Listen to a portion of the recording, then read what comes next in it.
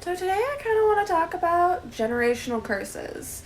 It's the hot thing. Everybody likes to talk about breaking their generational curses, and I feel like everybody has this really negative opinion about their ancestors and the curses that they have accumulated. And oh, damn them for putting all of this on me. Now I have to deal with this, blah, blah, blah. But really, what about tapping into your generational strength? How come nobody's doing that anymore? Does your bloodline not have love?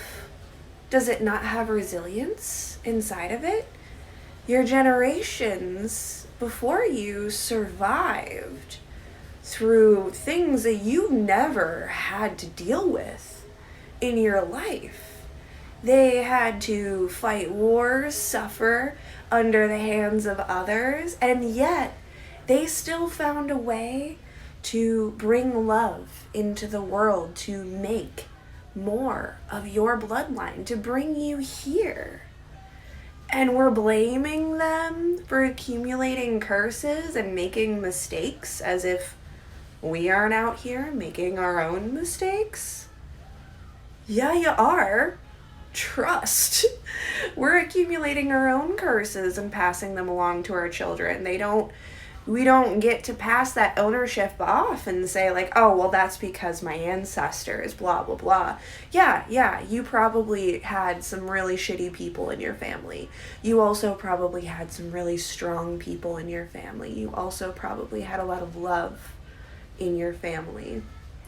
So, to hell with the generational curses. And I mean H-E-L, not the other one.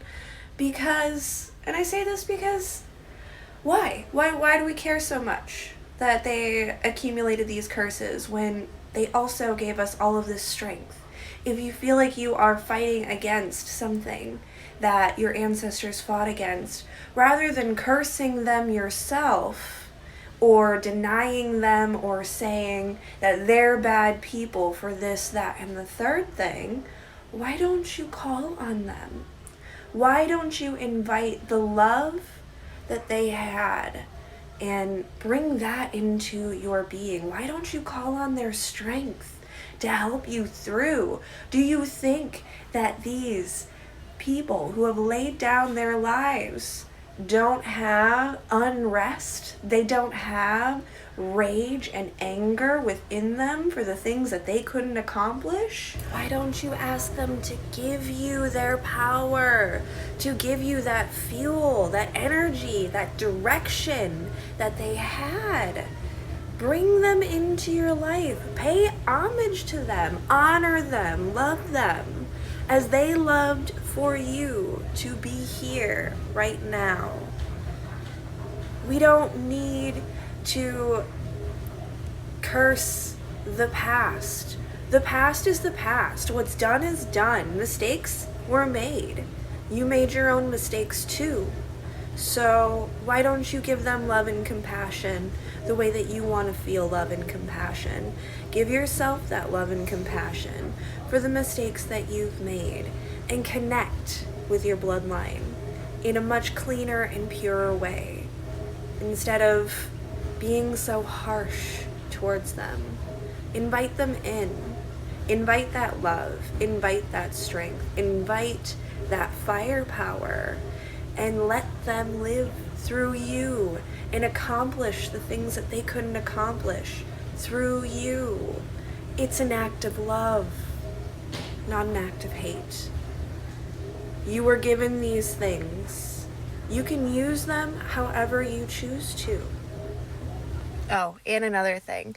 Your ancestors gave you the physical body that your spirit is dwelling in, the vessel that you have right now. So if you shit on your body, it's probably gonna crap out on you. Wait, I just want to try this quick to see if this works. I'm gonna show you something. Did you hear that? Every time. You know what we call those? We call those Strickland knees in my family. We also have what's called Strickland shoulders. We have really tight, tense shoulders, and they break down over time. But funny thing about the tightness and the tensity in our shoulders, we all got cannons for shoulders. Any of us, all of us are all very athletic, physical type people, and get any one of us to throw a ball, it's gonna go flying. When I did tennis, I had the most powerful serve. Like, I could knock down varsity kids when I was in middle school with my arm, with my shoulder, with my serve, because of that tight tensity. Does it give me problems now? Yes, but that's because of the overwhelming strength that is in the tenseness of this shoulder. So curses can be blessings. Those Strickland knees that I showed you, a lot of us are runners as well, and the tensity in those knees, why they break down over time because of that hypertension that's in there, is also what gives us the ability to snap forward and really get ourselves moving. It gives us an advantage earlier on in life, later leading to a disadvantage. But curses, blessings. And maintaining and protecting those joints really comes down to personal responsibility and accountability for the body that you've been given.